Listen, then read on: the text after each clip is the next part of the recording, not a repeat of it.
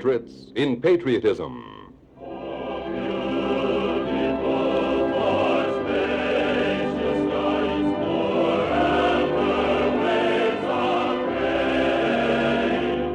I am an American. What does that simple statement represent? What is its full significance in love, in pride, and in tradition? What motivates a man to cherish more than life itself this greatest nation the world has ever known, this land of freedom and opportunity and human dignity?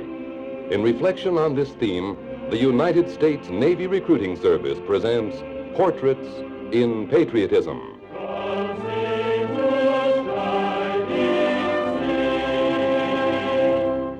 The time was 7:07 on the morning of the 19th of March, 1945. The place, 53 miles off the coast of Japan. Aboard the aircraft carrier Franklin, a Navy officer with the resounding name of Joseph Timothy O'Callaghan had just sat down to eat his breakfast with two other officers when the whole world exploded.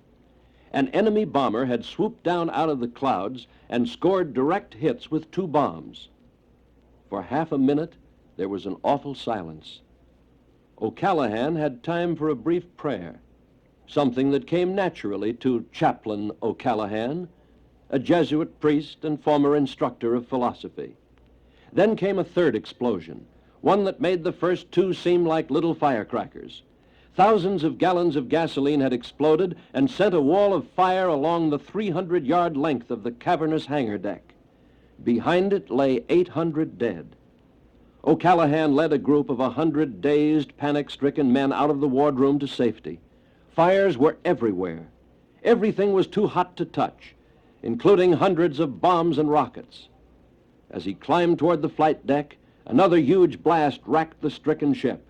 He went to the bunk room that had been converted to an infirmary and administered the last rites to more brave men than he would ever be able to remember. His work there finished, the chaplain went to the flight deck.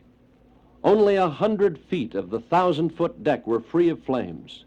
Ignoring a deep gash in his leg, Chaplain O'Callaghan rallied whatever able-bodied men he could find to help him fight the devastating fires.